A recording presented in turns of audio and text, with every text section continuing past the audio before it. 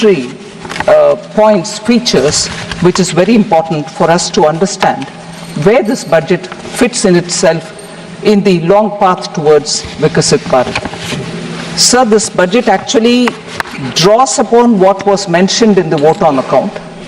So essentially infuses into itself everything, almost everything said in the vote on account.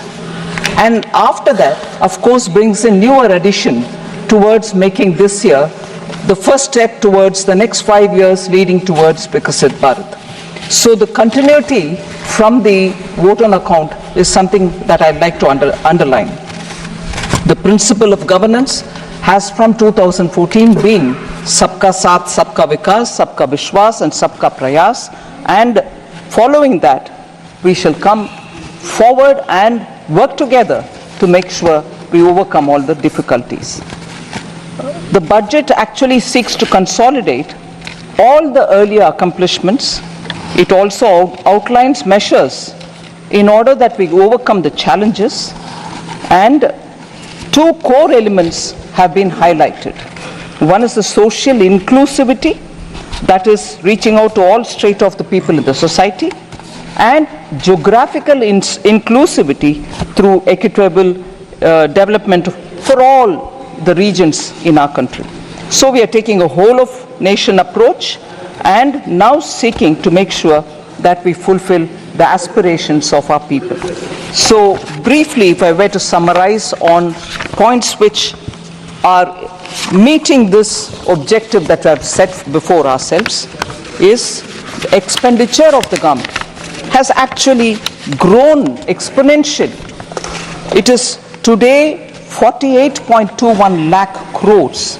It is projected to grow by about 7.3% over 23-24 and 8.5% over pre-actuals of 23-24. We call it pre-actuals, although with the final figures are almost there because it has to be certified and audited. We give the nomenclature pre-actuals, but they are close, actually close to the real REs.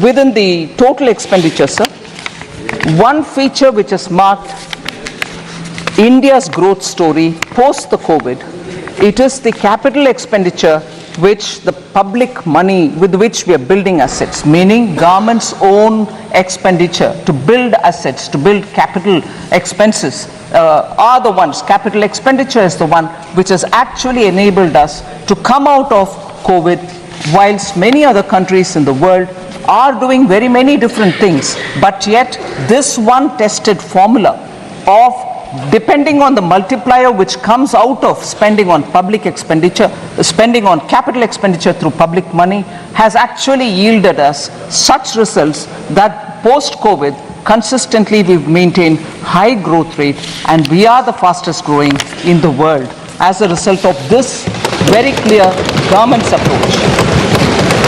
And in that total expenditure of 48.21 lakh, 11.11 lakh go for capital expenditure.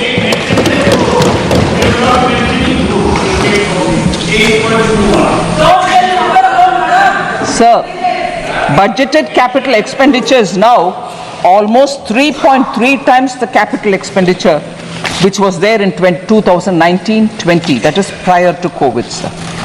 If you actually calculate the effective capital expenditure, that is the sum which is referred to when the budgeted capital outlay and the grants and aid for creation of capital assets which is given to the states, grants and aid go to the state's capital account, but it remains in the revenue account for us.